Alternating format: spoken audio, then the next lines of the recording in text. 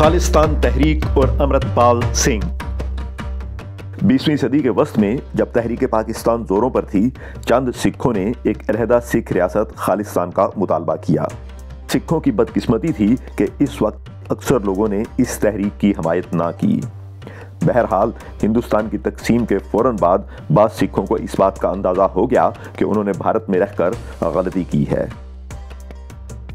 दुनिया भर में मौजूद सिख बाशिंदों की माली और सियासी मदद से जल्द ही खालिस्तान तहरीक हिंदुस्तानी रियासत पंजाब में दोबारा जोर पकड़ने लगी।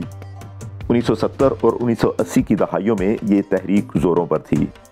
1984 में इस तहरीक को कुचलने के लिए भारतीय हुकूमत ने सिखों के सबसे मुकद्दस गुरुद्वारे पर टैंकों से हमला कर दिया।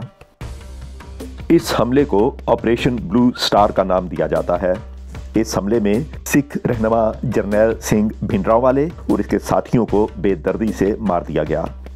इसके अलावा खालिस्तान के दीगर रहनुमाओं को भी जाली पुलिस मुकाबलों में मारा गया।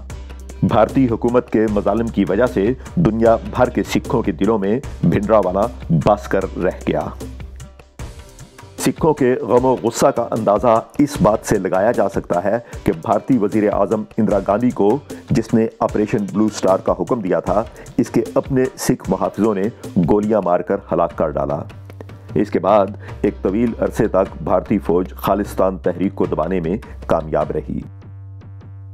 सोशल मीडिया और इंटरनेट की सहूलत की वजह से खालिस्तान तहरीक फिर सिखों में मकबूल होना शुरू हुई। अब अमृतपाल सिंह ने, जो शक्ल सूरत में भिंडरांवाले से मिलता जुलता है, खालिस्तान तहरीक को नई जिंदगी बख्शी है। अक्सर सिख समझते हैं कि अमृतपाल की शक्ल में इन्हें भिंडरांवाले का नैमुल बदल मिल गया है। खालिस्तान तहरीक के एहया की एक और वजह यह है कि जब से हिंदू इंतहा पसंद जमात भारतीय जनता पार्टी ने हुकूमत संभाली है, भारत की तमाम अक़लियतों में बेचैनी और इज़्तिराब में रोज़ बरोज़ इजाफा होता जा रहा है। अब ऐसा महसूस होता है कि भारत की तमाम अक़लियतें अमृतपाल सिंह की फतह के इंतज़ार में हैं। खालिस्तान तहरीक के बारे में आपकी क्या राय है? ज़रूर आगाह कीजिएगा।